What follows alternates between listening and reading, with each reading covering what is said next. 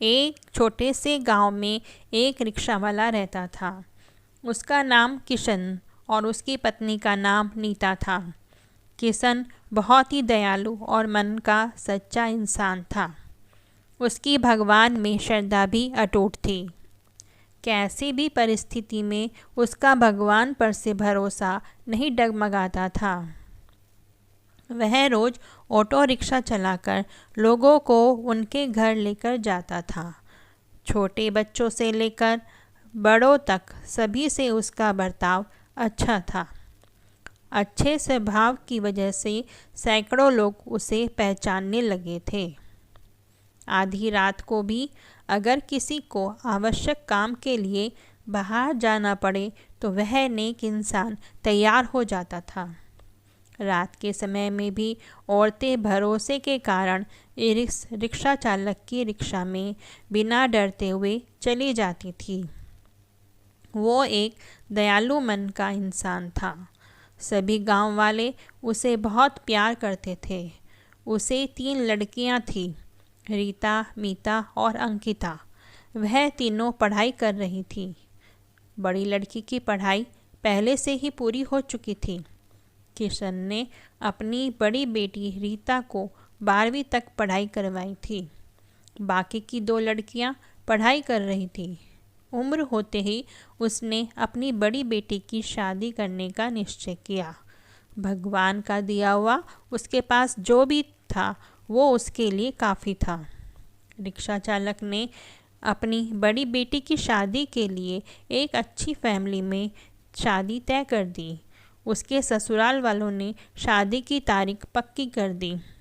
किशन ने अपनी बेटी की शादी के लिए पैसा जमा करने के लिए रात दिन मेहनत की थी। उसने अपनी बेटी को गहने, कपड़े और शादी का सामान खरीदी किया। वह अपनी बेटी की शादी का दिन देखने के लिए आतुर था। एक दिन वह भगवान के मंदिर में पूजा करने गया। मंदिर में पूजा करते हुए वह भगवान से कहता है कि मेरी बेटी की शादी जल्दी ही होने वाली है। मेरी बेटी की शादी का सामान खरीदते समय मुझे कभी भी कोई कमी नहीं हुई है। आपकी दया से सब ठीक चल रहा है। सब सामान भी आ गया है, खाद्य पदार्थ भी पहुंच गए हैं। उसने इन सभी के लिए भगवान का उपकार माना और उन्हें धन्यवाद किया। शादी को 2-3 दिन बचे थे।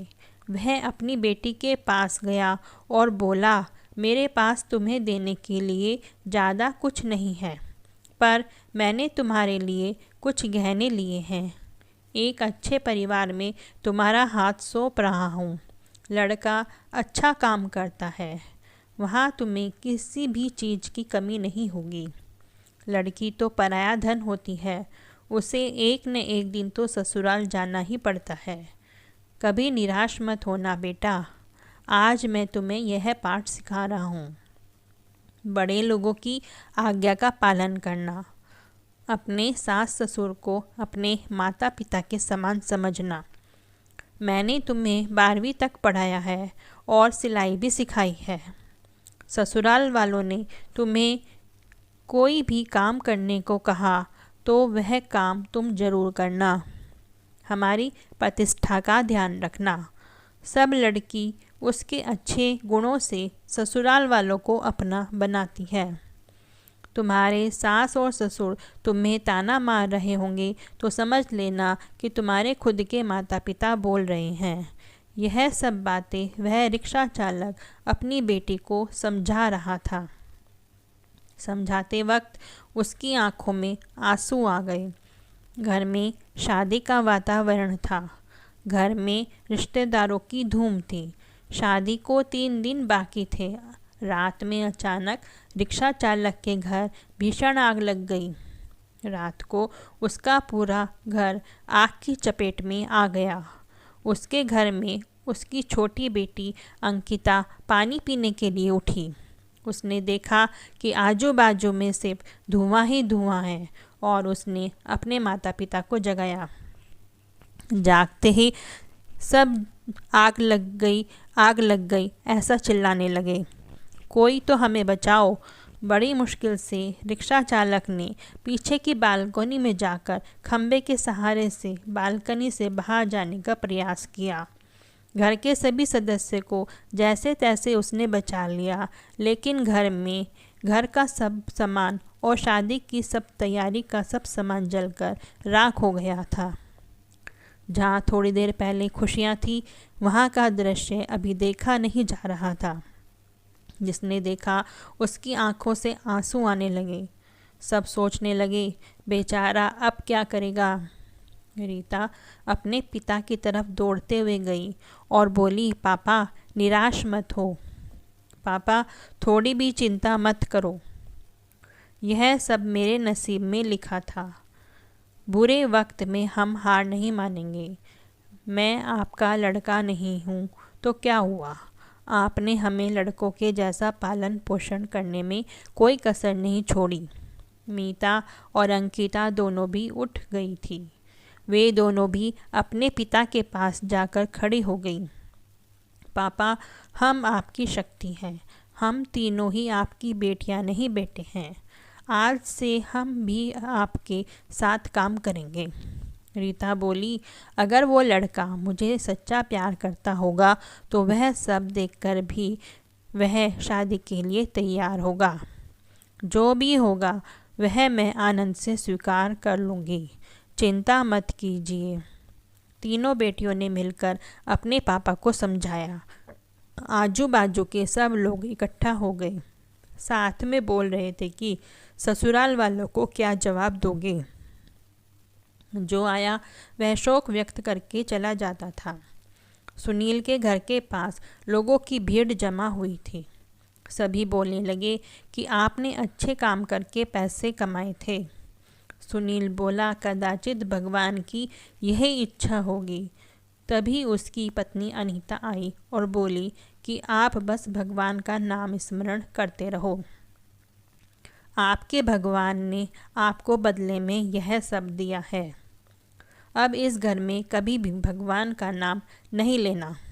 तभी किशन उससे बोला, तुम नसीब वाली हो जो इतनी बड़ी आग में भी तुम जिंदा वापस बाहर आई।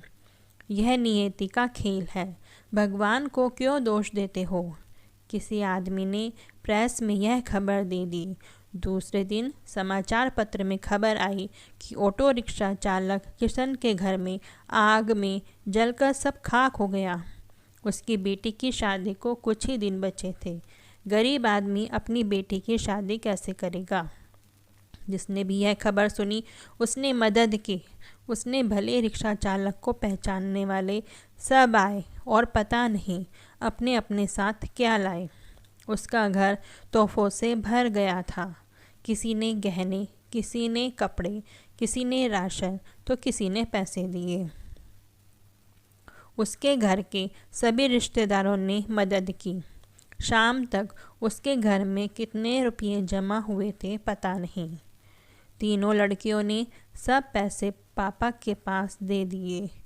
तब सभी को अपनी आंखों पर विश्वास नहीं हो रहा था कि जहाँ सब ध्वस्त हो गया था वहाँ उसने तीनों लड़कियों के साथ बैठे बैठे इतने पैसे जमा कर लिए कि आसानी से शादी हो सकती थी। भगवान देता है तो छप्पर फाड़ कर देता है। उसने अपनी बेटी की शादी मंदिर में बड़े धूम धड़ाके के साथ की। लोग आपस में बोल रहे थे कि सच्चे मन के इंसान की भगवान मदद क्यों नहीं करता। आज भगवान के इस चमत्कार पर सभी की श्रद्धा थी। भगवान जो भी करते हैं वह अच्छा ही करते हैं। रिक्शा चालक की पत्नी बोली, मुझे माफ़ कर दो। गुस्से में भगवान को क्या कुछ नहीं बोल दिया। तीनों लड़कियां हंसते हंसते माँ की तरफ देख रही थी। कुछ देर पहले जहाँ सब रो रहे थे वहाँ सबके चेहरे पर खुशी दिखी। भगवान सच्चे मनुष्य की सबसे कठिन परीक्षा लेने में कोई भी कसर नहीं छोड़ते हैं। किशन और उसकी बेटियों ने संकट के समय एक दूसरे का साथ दिया, अपना विश्वास डगमगाने नहीं दिया। सच्चाई और भगवान में विश्वास के साथ अपना कर्म करते रहिए। फल की इच्छा करो या ना करो, सही समय पर सही फल जरूर मिलता है। और जब भगवान हमारी मदद करना चाहते हैं तो ऐसे करते हैं जहाँ तक हमारी बुद्धि सोच भी नहीं सकती। अगर आपको यह कहानी अच्छी लगे तो इसको लाइक और सब्सक्राइब करें।